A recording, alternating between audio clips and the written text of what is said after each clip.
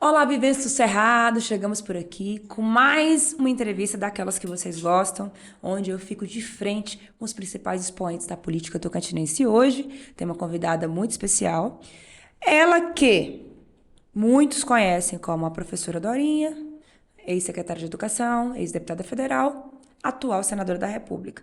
Mas há quem conheça a Dorinha, que adora um frango caipira, que adora Pilates.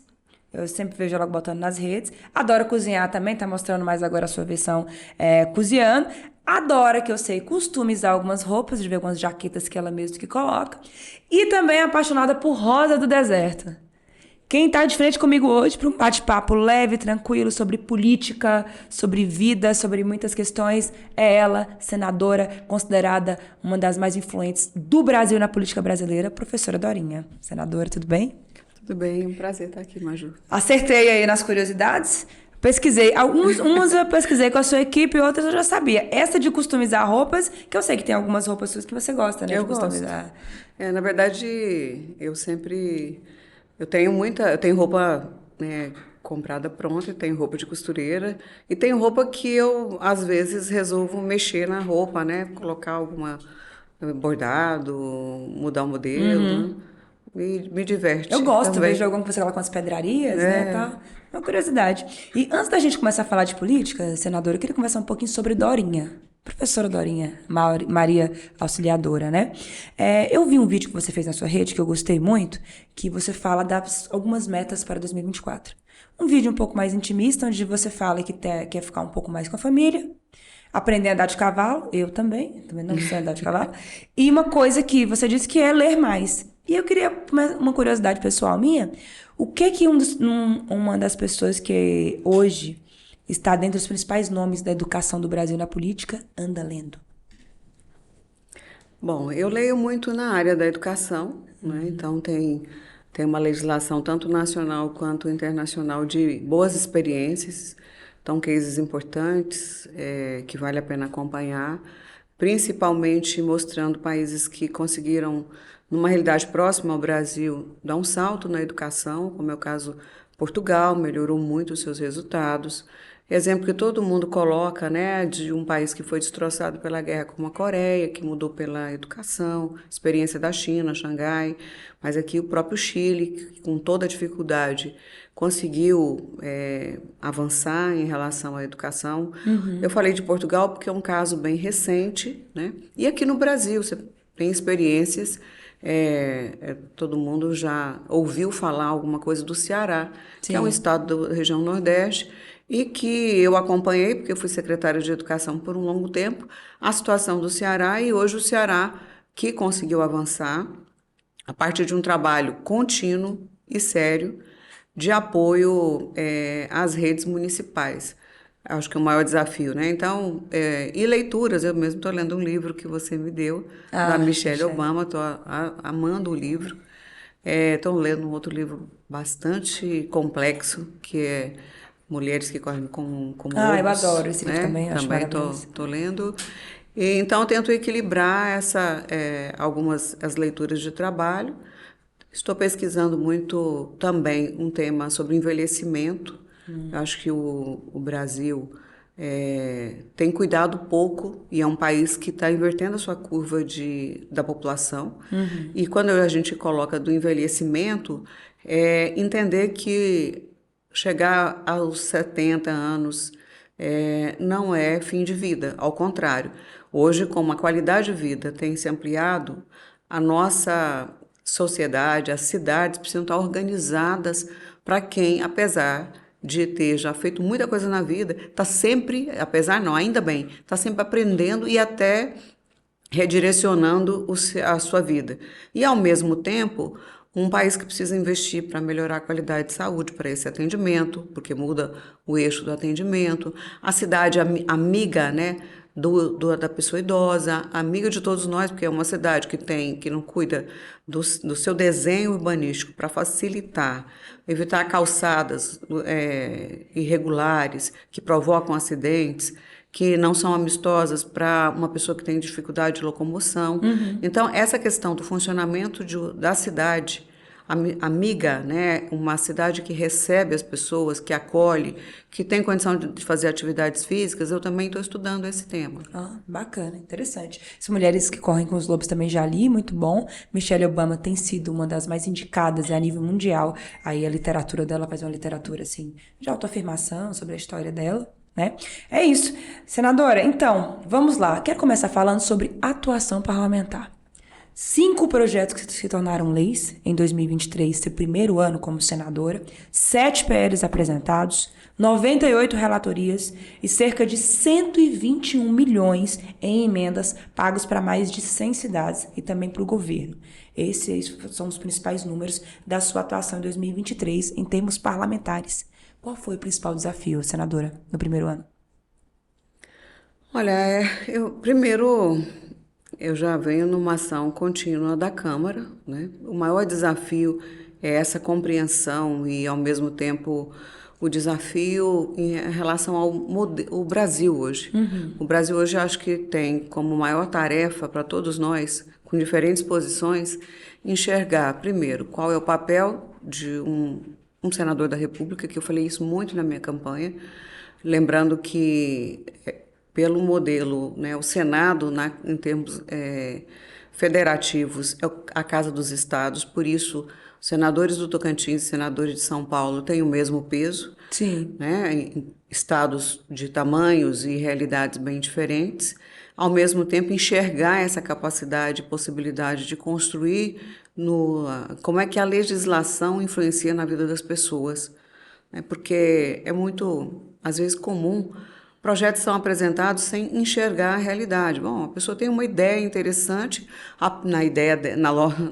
no olhar dela, apresenta esse projeto, não enxerga quais são as consequências daquele projeto se transformar numa lei, ou que pode contribuir, como vai melhorar, como reconduz ou conduz a vida das pessoas. Então, esse espaço que no Senado eu sempre tenho colocado para as pessoas que falam, eu tenho ficado mais tempo em Brasília, né, em virtude do número de comissões que eu estou, não precisava estar, mas estou estava em mais de 11 comissões diferentes. Nossa, número grande. E por várias questões. Primeiro, eu queria que os meus colegas me conhecessem, estabelecer relações, temas importantes pela representatividade. Então, em muitos casos, eu entrei em comissões para tratar de temas específicos ou do estado ou do país que eu achava interessante lidar. Coloquei essa questão do difícil momento do país, porque existe uma tentativa, o tempo, e não é só de agora, mas agora está muito exacerbado isso, de querer colocar marcas e amarras nas pessoas.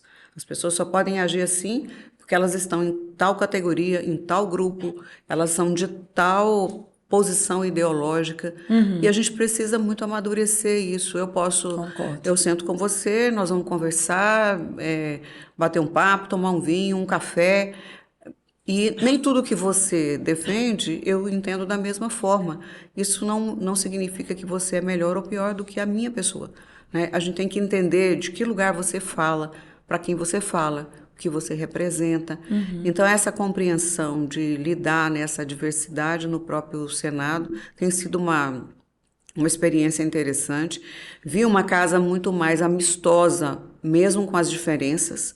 Amistosa no sentido de compreender, vou citar nomes, né? Pessoas bem diferentes e, ao mesmo tempo, com bandeiras comuns. A senadora Damares ela fala de um lugar específico, ela tem vivências, em muitos casos, diferentes das minhas, mas é uma pessoa que constrói, que eu saio de um lugar, ela sai de outro, e a gente consegue, numa posição, construir um lugar que tanto eu avanço e compreendo, cedo espaço, quanto ela. Então, acho que essa tarefa, a gente tem que aprender a fazer isso no dia a dia. Quer seja no pequeno município do Tocantins, quer seja no estado ou no país. Nós precisamos entender que as pessoas não estão amarradas como nasceu numa casta, né? Não estamos num país em que nasceu num lugar, fala de um único lugar, e a pessoa não tem permissão para agir, pensar diferente, aprender, respeitar a diferença. A polarização está muito forte ainda, né, senadora? Muito. Bolsonaro nem está mais como presidente, mas ainda tem. Esse é Bolsonaro, esse é Lula. Essa polarização tem atrapalhado muito aí o clima político no Congresso, né? Às vezes, coisas simples, né, que no período mesmo de campanha, ou às vezes até uma roupa que você coloca, uma cor, É verdade. né? Então, uma coisa que é invasiva demais. É lógico que eu tenho as minhas, o que eu acredito, o que eu defendo. Tem coisas que se fosse a Dorinha para fazer, talvez ela fizesse diferente, mas eu tenho uma representação. Então, essa tarefa de ouvir os diferentes, ouvir as posições, verificar até onde a gente consegue avançar, construir, porque eu tive uma experiência muito positiva no governo Bolsonaro, eu fui relatora do Fundeb, matéria importante da educação, enfrentamos resistências fortes, né? Paulo Guedes, pessoas da economia que sempre enxergam que gastar em educação é um gastar e não um investimento, e a gente conseguiu construir uma mudança constitucional muito importante, histórica para o Brasil, e isso com ajuda, com apoio do próprio presidente Bolsonaro. Todo mundo dizia, não defende educação. Muitas coisas que ele defende eu não defendo. Então, o que a gente precisa entender é que esse papel num país gigantesco como o nosso, com realidades diferentes, a gente precisa ter a capacidade de ouvir, né, e de escutar. Eu sempre digo, né, é diferente, é desafiador, sim. E no Fundeb, o texto não era o meu texto. Tem coisas ali que se fosse para talvez eu sozinha escolher, eu teria um formato diferente na lei. Mas quando você tem que construir, aprovar numa casa de 513 deputados, depois aprovar no Senado, num período que estava já a pandemia, a gente já tinha dado o Brasil inteiro. Então, você tem que ceder, você tem que construir alternativas, fazer gradação. Às vezes, não, eu não consigo chegar. Minha vontade é chegar em determinado ponto. Eu não consigo chegar ali de uma vez. Então, eu posso fazer uma construção para, de maneira gradativa, nós chegarmos naquele lugar. Eu acho que é essa a tarefa de quem lida hoje com um papel público, né? Entendi. Entendi. Senadora, você lá no Senado está como vice-líder, né, do governo Lula. Primeiro ano passou, agora estamos em 2024. Como é que tem sido essa sua relação enquanto parlamentar com o governo Lula? Como é que tem sido essa questão, tanto política como também parlamentar? Eu sou vice-líder do meu partido, União Brasil, que compõe na verdade, no Senado hoje nós estamos no maior grupo dentro do Senado. Fui escolhida por esse grupo, que na verdade reúne vários partidos, alguns inclusive da base do presidente Lula. Meu partido se coloca como independente, né, União Brasil. Certo. Do ponto de vista pessoal, não tive nenhum contato pessoal com o presidente durante todo esse tempo de mandato. No entanto, me relaciono com o governo. Entendo que em vários ministérios a gente conseguiu avançar para o Tocantins. Então, a minha posição, se observar minhas votações, em algumas situações, como eu fiz na Câmara também, votação às vezes totalmente desalinhada com o partido ou até com o próprio governo, né, a partir de situações que nesse processo de construção. Então, acho que é um processo de aprendizagem. O Senado tem um outro formato também nesse relacionamento, né?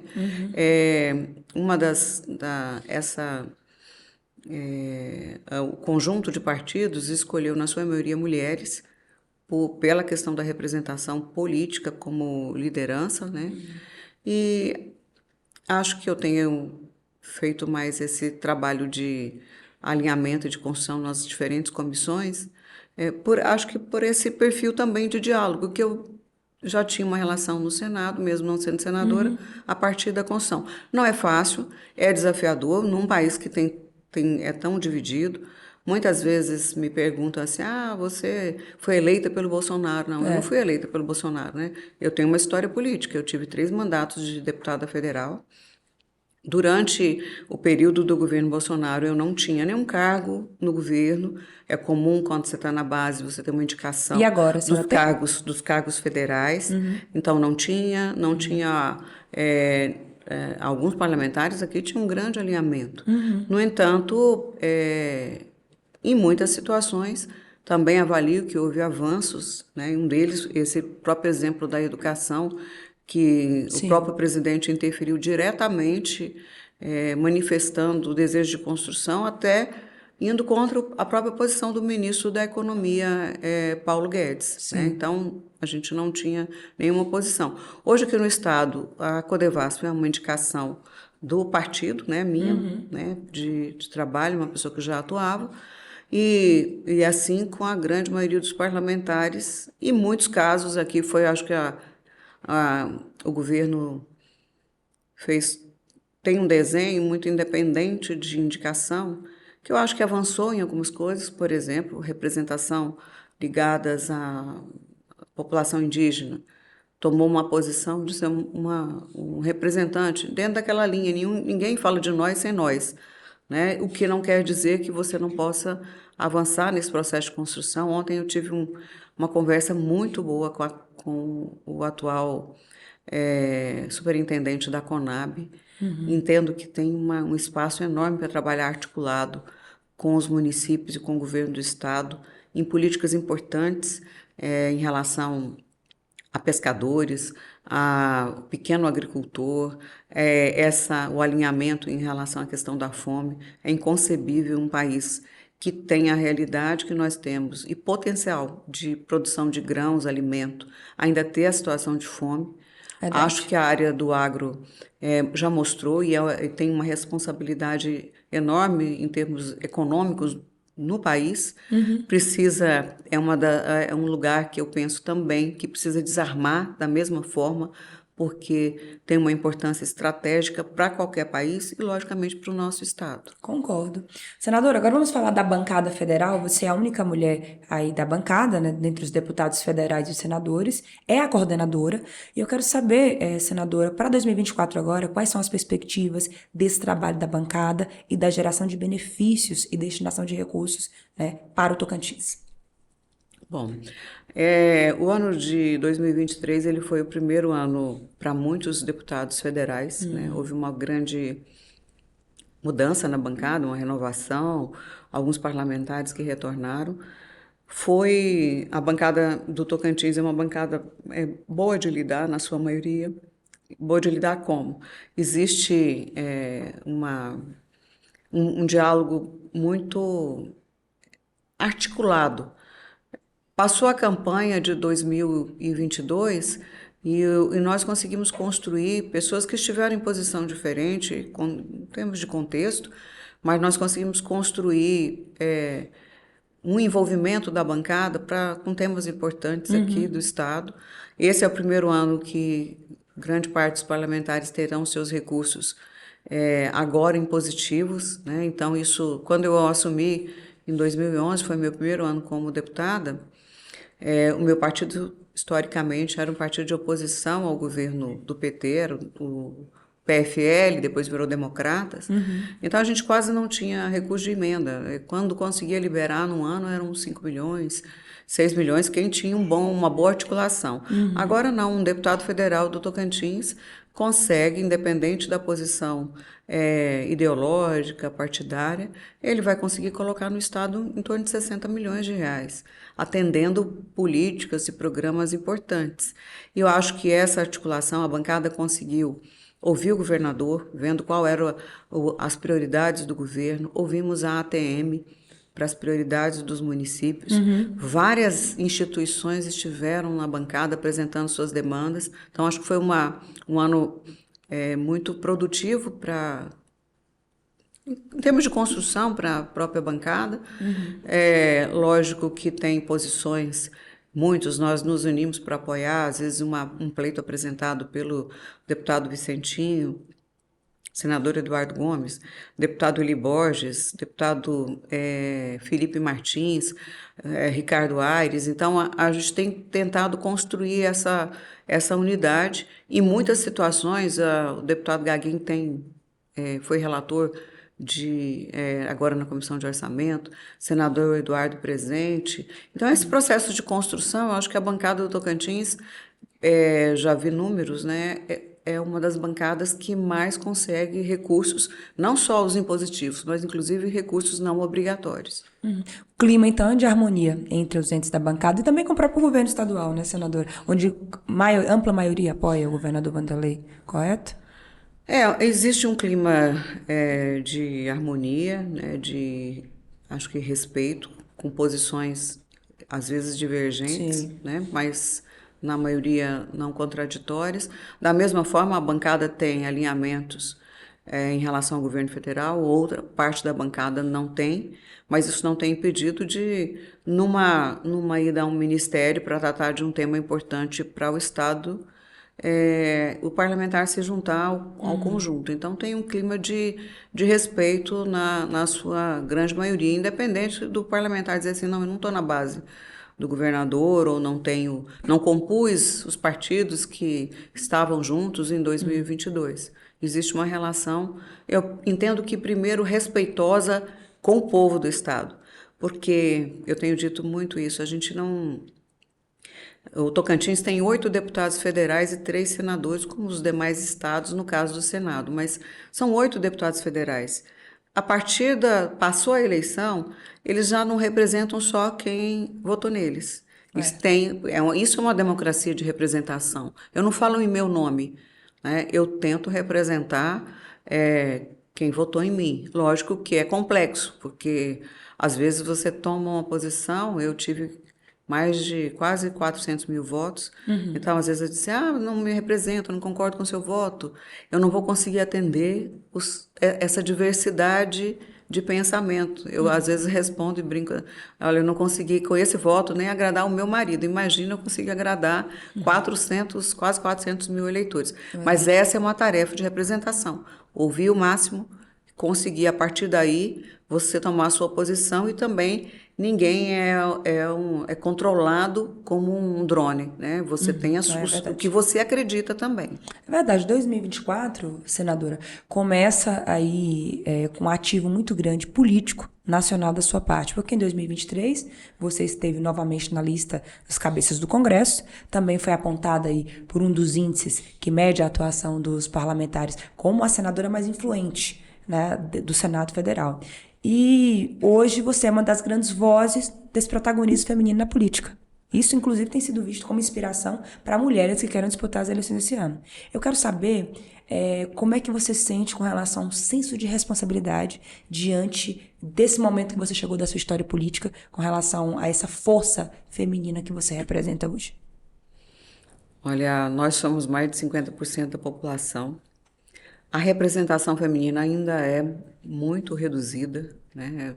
Se nós olharmos prefeitos, prefeitas, o número de mulheres à frente do executivo municipal, até a eleição de 2020, nós tínhamos mais de 1.800 municípios que não tinham nenhuma mulher na Câmara de Vereadores. Né?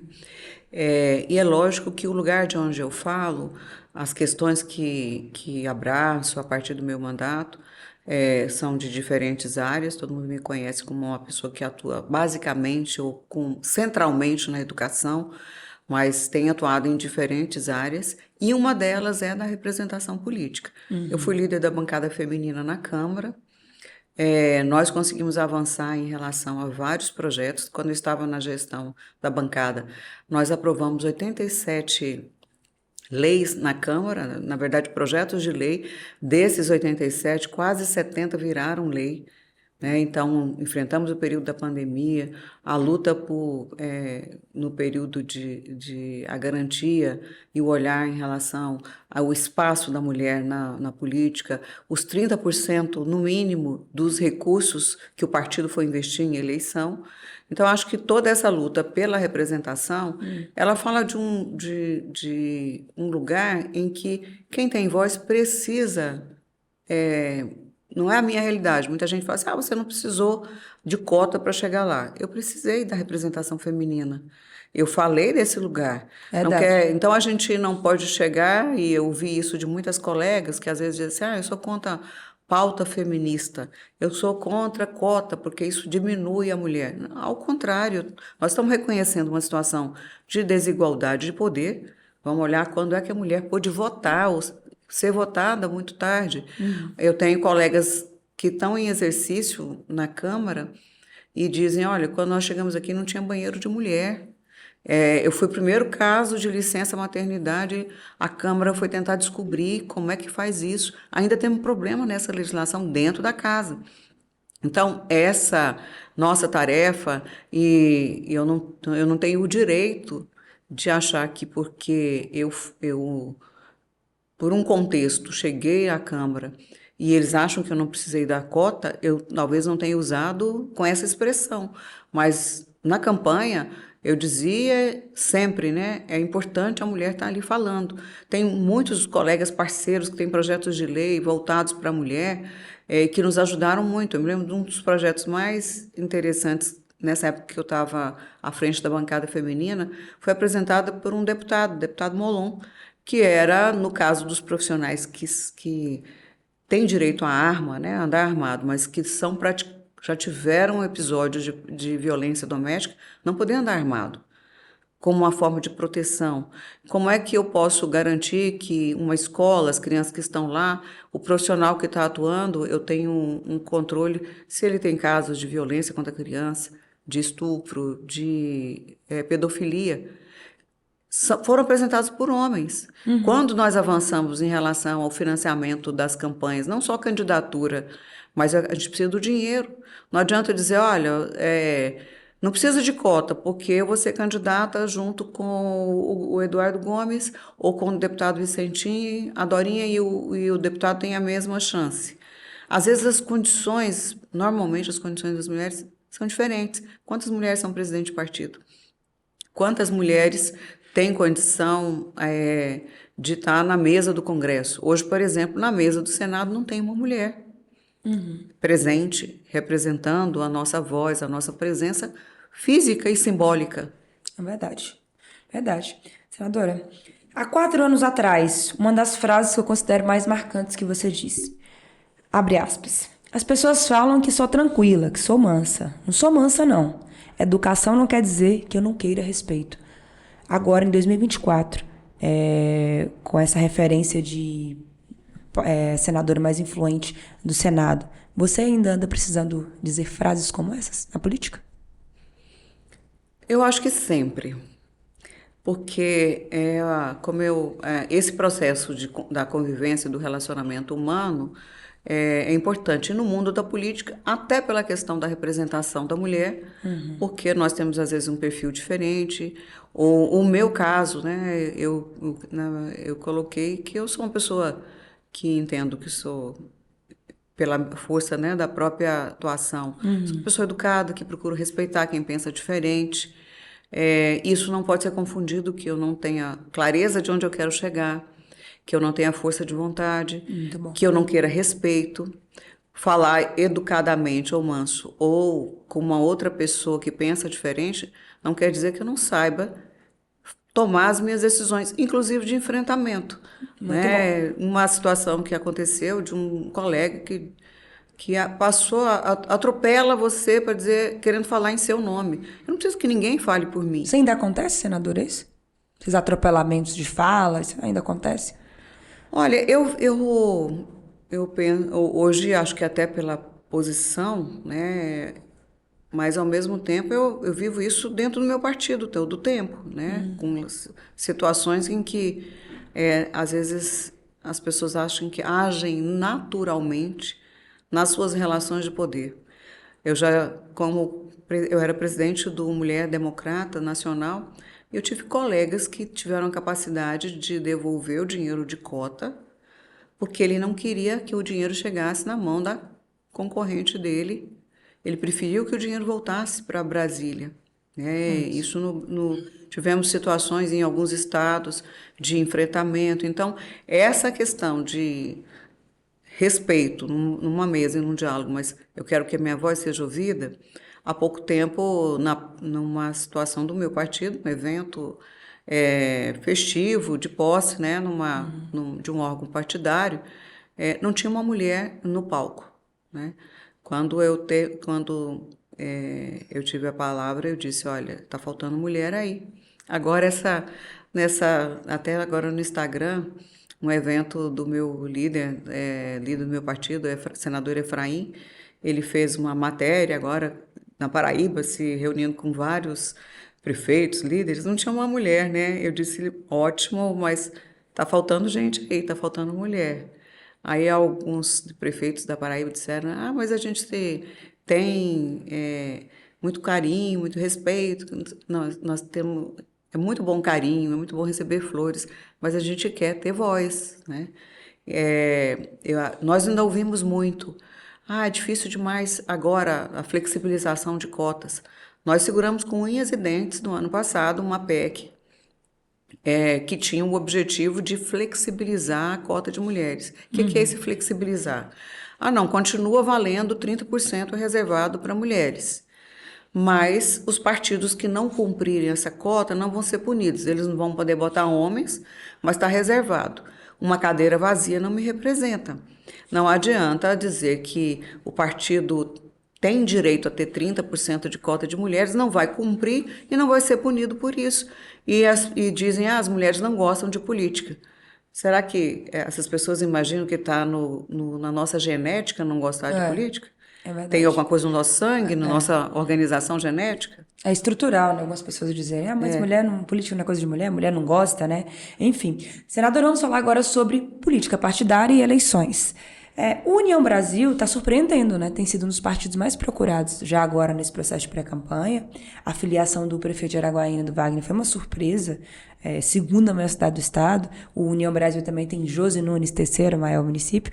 Um passarinho me contou aí nos bastidores que das 10 maiores cidades, tem pelo menos outras 3 que têm interesse, o prefeito tem interesse em ir para a União Brasil. Eu gostaria que você falasse, senadora, agora sobre esse trabalho de filiação e de construção dessa base do União Brasil para as eleições municipais desse ano.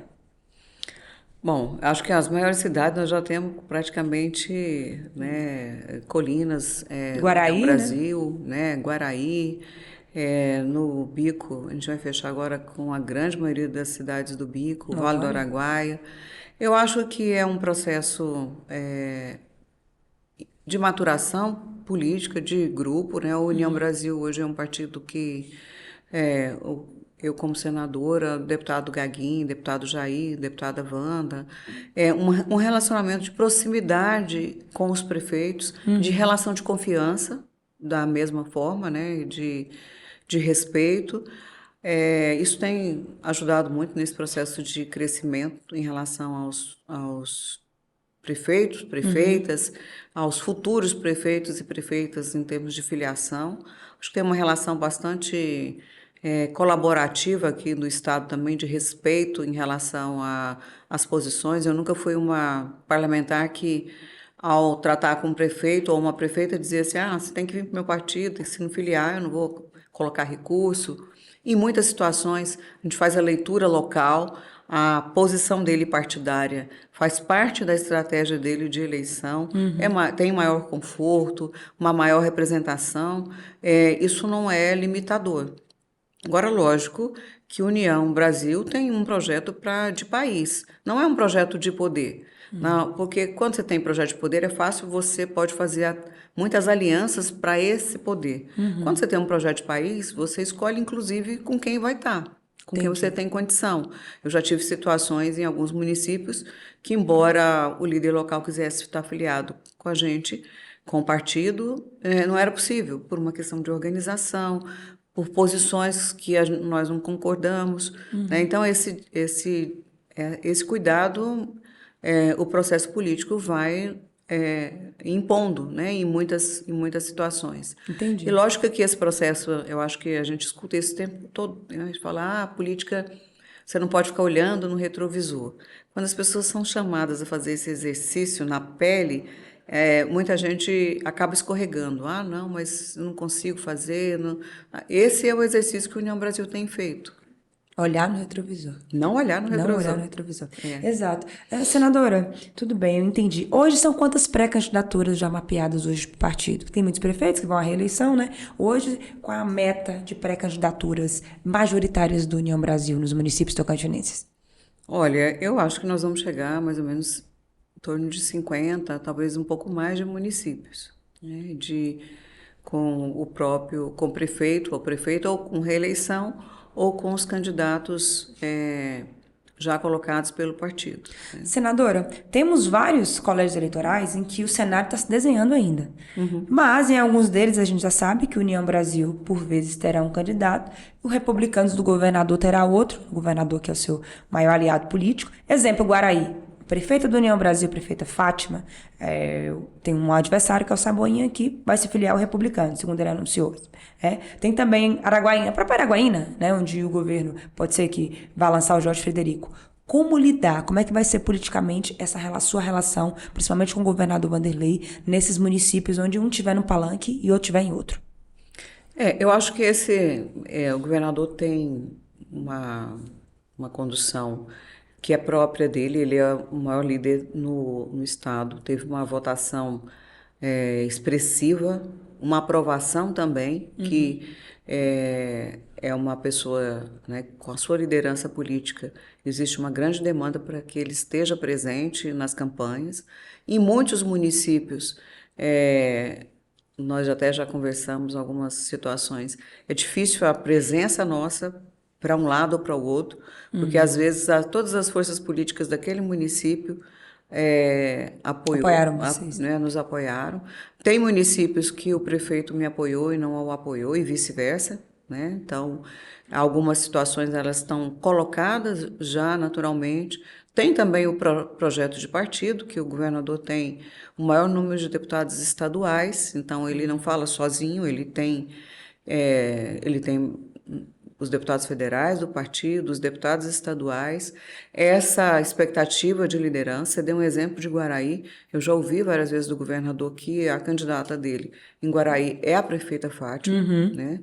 É uma companheira que esteve com a gente desde o início, faz um trabalho articulado, está trabalhando bastante. Existe uma relação respeitosa com o Saboinha, né? Que estava, inclusive, está na equipe do governo, né, em termos de trabalho.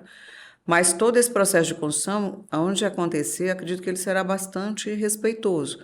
E tem lugares que, eventualmente, nós vamos estar em palanques diferentes, por uma situação de contexto até político, porque também, de igual forma, ele tem casos que ele vai ter que tomar posições pelos seus companheiros políticos, né, de partido, e eu de igual forma. Acho que a relação de respeito, entender que a eleição municipal ela é parte de um processo, mas ela não tem um fim em si próprio. Se existir o respeito, né, a gente consegue superar passando esse período de eleição.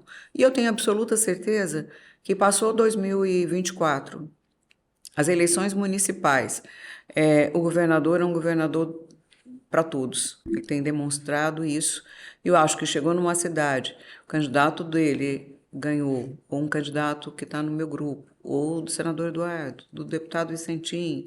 Estou colocando como exemplo de partidos, né? Ou na federação, né? Esse desenho, o governador não vai deixar de atender aquele município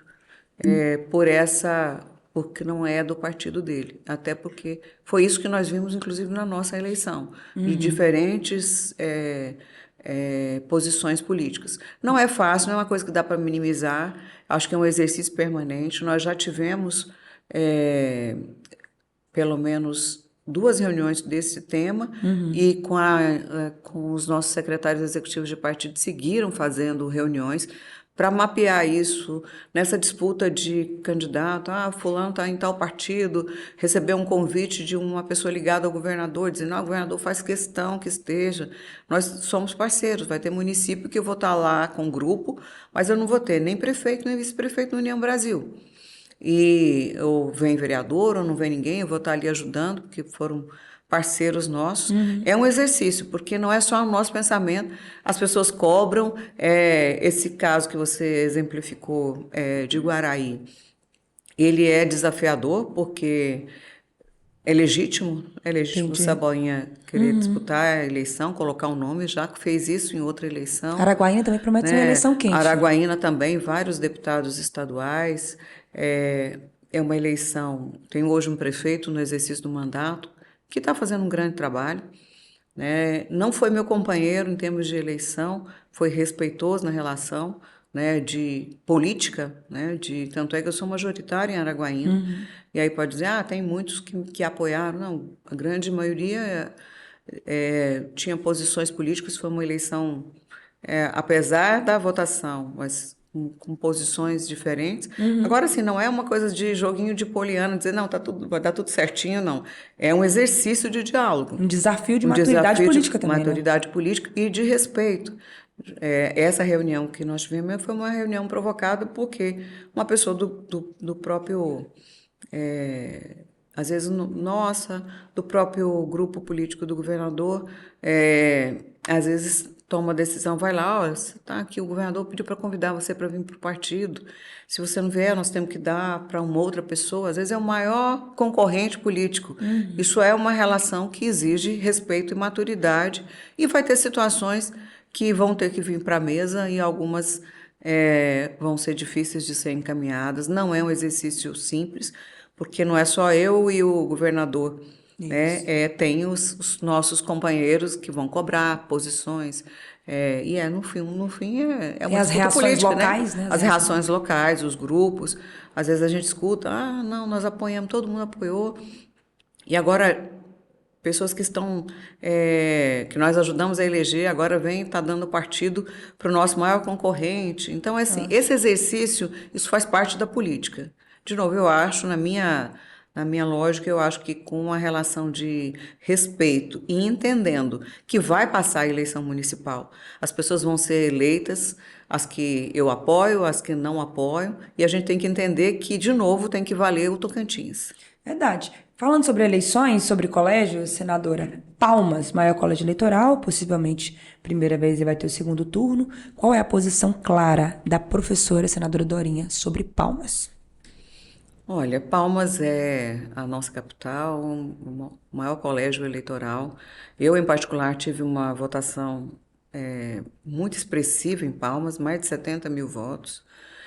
Parceira do próprio governador, que tem a sua maior liderança na cidade de Palmas, né? Exerceu vários mandatos, né, de vereador, de deputado estadual, de vice-governador e hoje governador. Então, não é um diálogo simples. União Brasil tem o deputado federal Gaguin, que é o presidente da metropolitana, deputada Wanda, que é aqui da cidade, que é pré-candidata, se coloca pessoalmente como candidata. A nossa intenção é ouvir. Esse período de janeiro, convidei os vereadores do partido, tenho conversado, não conversei ainda com todos, também para ouvir a perspectiva. Os candidatos que já estiveram ou no União Brasil, ou no Democratas, ou no PSL, hoje em União Brasil, pessoas que querem se filiar para ouvir, porque logo vem a janela partidária em que os vereadores que estão no mandato terão a oportunidade de migrarem, né? Então, eu acho que precisa ter um diálogo muito transparente de quem nós estamos falando, será a posição do União Brasil. Então, a gente vem discutindo, né? Acho que Palmas, os pré-candidatos, nós temos bons nomes, né? As pessoas estão se colocando, outros podem surgir, né? Candidatura majoritária, ela não é uma candidatura de si, né? Ninguém pode dizer, nós temos hoje vários candidatos que se colocaram pessoalmente como candidatos. Eles têm que ser candidato de um projeto, de um grupo. Eu sempre tenho colocado isso, eu quero saber o que eles defendem, de onde falam, se eu vou me sentir confortável e representada. Então, a União ainda não... enquanto partido, nós não tomamos posição em Palmas, temos conversado, né? Eu tenho ouvido muito, né? Conversado com todo mundo. Quando a gente tomar a decisão, também não vai ser a minha decisão. Logicamente, o partido está analisando condição eleitoral, condições de disputa, representatividade, coisas que as pessoas estão defendendo, né? Que projetos elas têm para a capital. É uma cidade que tem desafios enormes, né? Eu convido as pessoas a saírem aqui do centro de Palmas e chegar em Taquaralto. Essa semana eu me reuni com os empresários de Taquaralto. O volume de questionamentos que eles têm em relação à cidade, né, a Avenida Tocantins, que eles se sentem violentados com o que foi feito, como é que vai ser ali a BR, que agora é federalizada, passa e pode ou não comprometer a região, que espaços públicos estão construídos lá, eles colocaram, né? Antigamente a gente tinha vários eventos que aconteciam aqui, nós estamos esquecidos. Ouvir para saber as demandas, nós vamos fazer. Logicamente que a pessoa Dorinha já tem posições bastante avançadas em termos de construção, mas a minha tarefa hoje é uma tarefa política. Essa sua posição pessoal da Dorinha já está definida? Ou você Não, eu estou poderia também num falar? processo de construção. Senadora, eu gostaria que você falasse claramente, porque a gente vê muitas pessoas do União Brasil falando, mas você que é presidente. Hoje, qual a situação do União Brasil, com a deputada Wanda, por exemplo, que tem sido convidada pelos outros partidos e tal, partidariamente, qual tem sido esse diálogo com a deputada Wanda, que está como pré-candidata também? Que tem essa projeção pessoal de ser candidata? Ela tem eu também é uma pessoa que eu tenho atendido, reunido muito, né?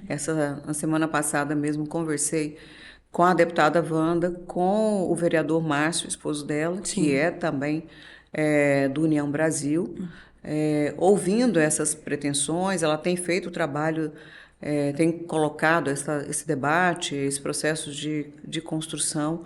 No caso específico de Palmas, nós gostaríamos muito de avançar nesse diálogo com os partidos que estão alinhados, não só os que tiveram na campanha, mas a gente tem conversado muito, né, com o deputado Vicentim, o deputado Gaguinho, que é daqui, conversei, já estive, né, em diálogos com representantes de alguns partidos da federação, com o próprio governador Vanderlei, que representa que é o presidente do Republicanos, e, como eu disse, tem uma grande representatividade. No caso específico de representação, o caso Eduardo Siqueira Campos era do partido e tinha uma vontade, uma posição pessoal de candidatura, assim como é o caso da deputada Wanda. Ela já disputou a eleição aqui para a prefeita de Palmas, né? E agora ela tem essa posição. Nenhum partido político, nem numa cidade de menor porte, a pessoa resolve sozinha ser candidata. No caso da própria deputada, ela tem essa vontade e tem trabalhado para isso. A posição de ser candidata do partido passa por um debate interno nosso, por pesquisas, por avaliação em termos de desempenho político.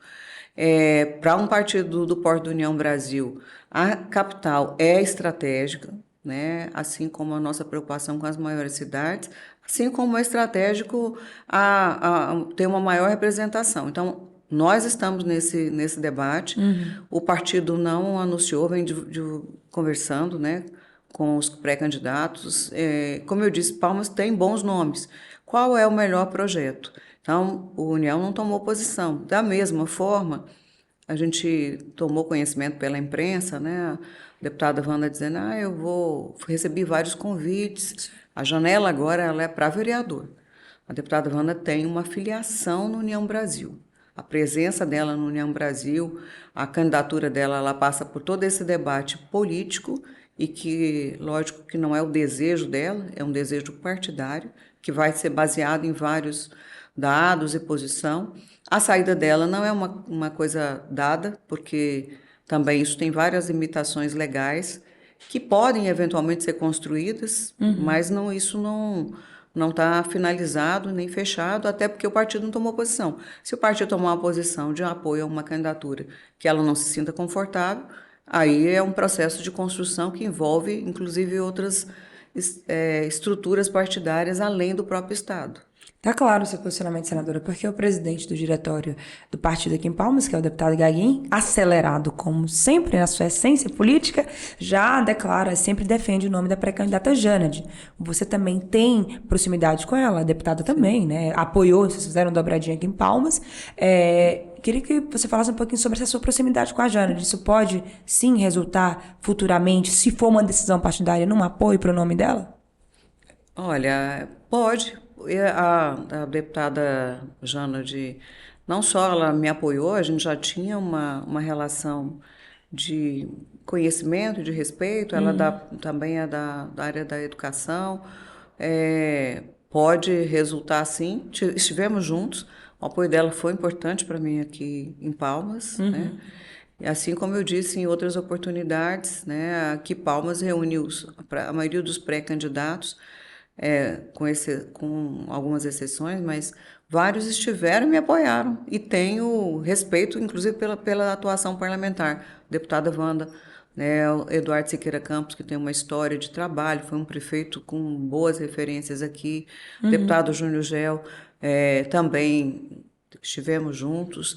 Respeito a atuação dele parlamentar. Essa escolha ela vai ser baseada em vários pontos, inclusive com pesquisa que nós também, né, enquanto partido, estamos fazendo. O deputado Gaguinho, ele já tornou clara a sua posição, ele tem independência para isso, ele fala em seu próprio nome, né, e esse desejo, já claro, de referência à candidatura da deputada Janes, que tem anunciado a cada dia vários apoios, e o nosso desejo aqui de construção é de também avançar pensando sempre em Palmas. A gente não pode pensar nas pessoas que se colocaram, como elas podem construir a nossa cidade, que defesa elas têm, como é que elas enxergam os desafios, os problemas e os caminhos. Palmas nos orgulha muito, é uma bela cidade, mas volto a repetir, nós precisamos ir além do plano diretor, né? E quais são os reais problemas, qual é a relação que pode ser construída, o que as pessoas que estão hoje como pré-candidatas pensam da saúde, que nós temos aqui situações prometidas há, sei lá, mais de 10 anos, né, de hospitais, por exemplo, o Hospital Municipal vai fazer, a causa animal, uma das coisas que foi colocada lá em Taquaralto, né, e eu tenho acompanhado, inclusive no meu edital de emendas, a gente abriu muito espaço para as instituições que atuam na causa animal. Nós temos um centro de zoonoses aqui na saída para Paraíso, o atendimento é limitado, temos um problema grave hoje de animais nas ruas, abandonados, sem atendimento, sem castração, é saúde pública. As pessoas quem está lidando hoje, basicamente, são iniciativas de grupos, de pessoas individualmente. ONGs, então, né? é uma situação que precisa ser enfrentada. Se você se desloca para ali, né, Capadócia, Taquari, tem ruas e manilhas de sistema de tratamento, né, de esgoto, água, de asfalto, que estão lá, vão fazer aniversário, tá quase que para colocar um bolo em cima, né, como é que as pessoas estão enxergando isso? Eu tenho, numa estrutura de uma campanha política, eu tenho a fase, eu tenho críticas, eu tenho um entendimento de realidade, e eu tenho que ouvir a própria população dos maiores problemas. Quem é que está ouvindo? Quais são as instâncias de ouvir a sociedade?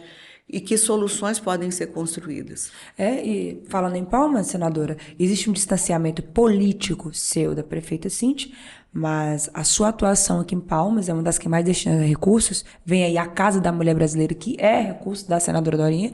Então, assim, mesmo com esse distanciamento político, que foi algo gerado lá para a eleição de 2022, o seu mandato honra Palmas, né, com recursos e prioriza aí ajudar a sanar esses desafios que você acabou de dizer aí da mais jovem capital do país, não é isso, senadora? E Palmas não é feita só pela gestão da prefeita, né? Sim. Palmas, eu tenho colocado recursos significativos na universidade, né, no atendimento, no Instituto Federal.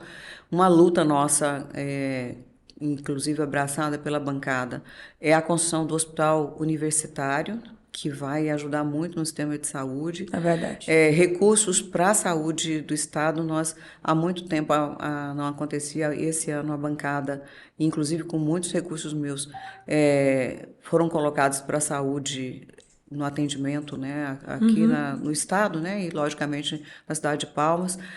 Coloquei recursos para a educação municipal, tem construção de creche, tem recurso para a UBS, eu coloquei para a área do esporte também, né, para o município, a Casa da Mulher Brasileira, que nós, não só a construção de Palmas, mas o Estado deve receber mais 2 casas, provavelmente Gurupi e Araguaína, né, nessa gestão, estive junto com a secretária Berenice e a ministra Cida, ministra das Mulheres, nessa luta. Então, assim, Palmas, a situação política e partidária de apoio, ela não pode, ela não, lógico que seria muito melhor se a gente tivesse um único diálogo. O que a gente tem é a preocupação com a nossa cidade, né? E tenho atendido e muitos recursos desse edital meu de emendas, eles foram direcionados para cá. Coloquei recursos na área social. No ano passado foram mais de 30 milhões. Muitos programas foram retomados e alguns serão fortalecidos. Esse diálogo com a Conab, com a Embrapa, que tem ações direcionadas também para a nossa capital, e eu acho que a gente pode fazer muito mais. Isso é importante, a sua pergunta, porque Palmas, todo mundo busca voto em Palmas. Então, ações estratégicas com a bancada, infelizmente nós não recebemos nenhuma visita ou nem emissário, porque a prefeita nunca teve com a bancada para pedir recurso. Nos outros anos, quando a gente, acho que 2 vezes, inclusive, nós recebemos pessoas o Carlos Braga, que estava à frente do governo, né, Secretaria de Governo, levou algumas demandas. Isso não aconteceu como bancada, pode ter demandas individuais. O que é muito importante, nós ouvimos os prefeitos de diferentes cidades buscam os recursos da bancada, porque os recursos da bancada eles têm que ser recursos estruturantes, né? Entendi. Independente de apoio político, o voto veio, independente disso é a representação. Entendi. Uma última pergunta aqui, que o papo está muito bom. Eu sei que você não gosta de adiantar, mas no Tocantins é assim. Tá no ano da eleição, ou acabou outra, a pessoa já está pensando na outra. E claro que muita gente já está falando em 2026. E no coração de alguns políticos aí aliados ligados a você, já assim começou a acender uma chama de uma possibilidade de Dorinha governadora em 2026. E eu quero saber como é que você tem lidado com essas cotações que já começaram a surgir. E queria saber se poderemos ter Dorinha candidata a governadora em 2026. Eu coloco que tá longe, né? Até para se pensar isso mesmo, né? Eu acabei de ser eleita senadora, né? E o nosso foco agora é a eleição municipal, então acho que é esse o olhar. Eu fico grata, né, às pessoas que pontualmente estão pensando, é um reconhecimento de mandato.